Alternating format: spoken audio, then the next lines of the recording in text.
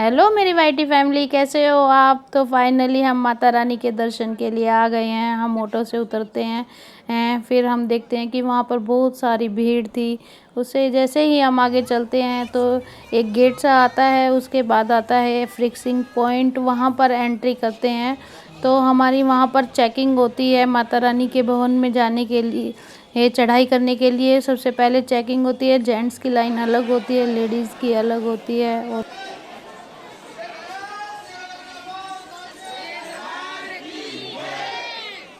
जैसे ही हम अंदर आते हैं माता रानी का जयकारा लगाते हैं और उसके बाद हम देखते हैं कि यहाँ पर है टी सीरीज़ गुलशन कुमार का शॉप। यहाँ से हमें हर तरह का प्रसाद मिलेगा। और देखो नीचे यहाँ पर हमेशा 24 घंटे भंडारा चलता रहता है। माता रानी का प्रसाद जो भी खाना चाहता है फ्री मिलता है। देखो हमने तो नहीं खाया, हम तो पहले से खाना खा कर आए थे, लेकिन यहाँ पर हमेशा भंडारा चलता रहता है। और देखो उसके बाद हमने स्टिक ले ली थी और स्टिक लेकर हम चलते हैं बाणगंगा की तरफ। हम धीरे धीरे बढ़ते हैं तो देखो बाणगंगा आ जाती है। इस नदी का नाम बाणगंगा इसलिए पड़ा था क्योंकि जब हनुमान जी को प्यास लगी थी तो माता रानी ने एक बाण छोड़कर यह नदी प्रकट की थी और हनुमान जी ने अपनी प्यास बुझाई थी। और इस नदी में माता रानी ने अपने केश भी धोए थे, इसलिए इसको बाणगंगा कहा जाता है। उसके बाद हम आगे बढ़ते हैं तो हम धीरे धीरे चलते हैं। वो यार बहुत गर्मी थी उस टाइम पर और बहुत हालत ख़राब हो रही थी। फिर हमने थोड़ा सा नींबू पानी पीते हैं और उसके बाद हम रिलैक्स करने के बाद हम थोड़ा आगे बढ़ते हैं, जय माता दी करते हैं। बहुत आगे बहुत लंबा सफ़र है तो धीरे धीरे हम चढ़ाई करते चलते हैं। तो देखो उसके बाद ढोल मस्ती करते हैं। इसमें मेरा बेटा और मेरी सासू माँ यहाँ पर डांस करते हुए दिखाई देंगे आपको।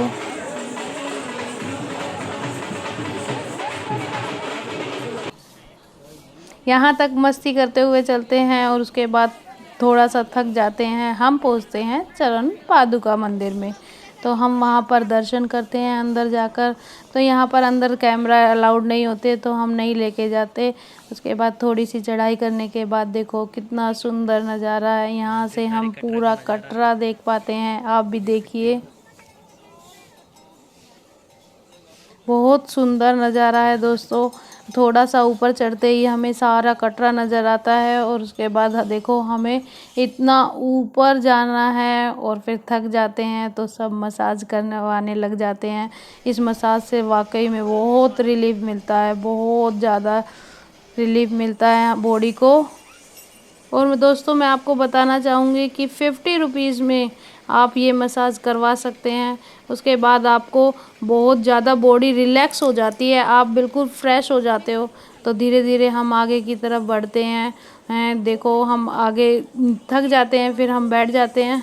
तो दोस्तों मैं आपको बताना चाहूँगी कि हमने अर्धकुंवारी से बैटरी रिक्शा की हुई है और हमारे अर्धकुंवारी से बैटरी रिक्शा का टाइम है वो 7:30 बजे का है। हम धीरे धीरे पहुँचते हैं तो देखते हैं 4 बज जाते हैं हमें। ओ शिट, यहाँ पर हमें इतनी तेज़ बारिश होती हुई नज़र आती है, बहुत तेज़ बारिश हो रही है और हमें अर्धकुंवारी पर 7:30 बजे तक पहुँचना है। तो देखते हैं कितना टाइम और लगेगा बारिश को रुकने में। हम वेट कर रहे हैं बारिश रुक जाए, लेकिन यहाँ पर और तेज़ होती जा रही है बारिश। हम 1-1.5 घंटे तक बारिश के रुकने का इंतज़ार करते हैं, लेकिन बारिश नहीं रुकती, बहुत तेज़ बारिश आती है तो हम आगे की ओर चल देते हैं। हमें 7:30 बजे तक पहुँचना था, इसीलिए हमने ना चाहते हुए भी सीढ़ियों का रास्ता लिया और सीढ़ियों के रास्ते में यार बहुत दिक्कत होती है।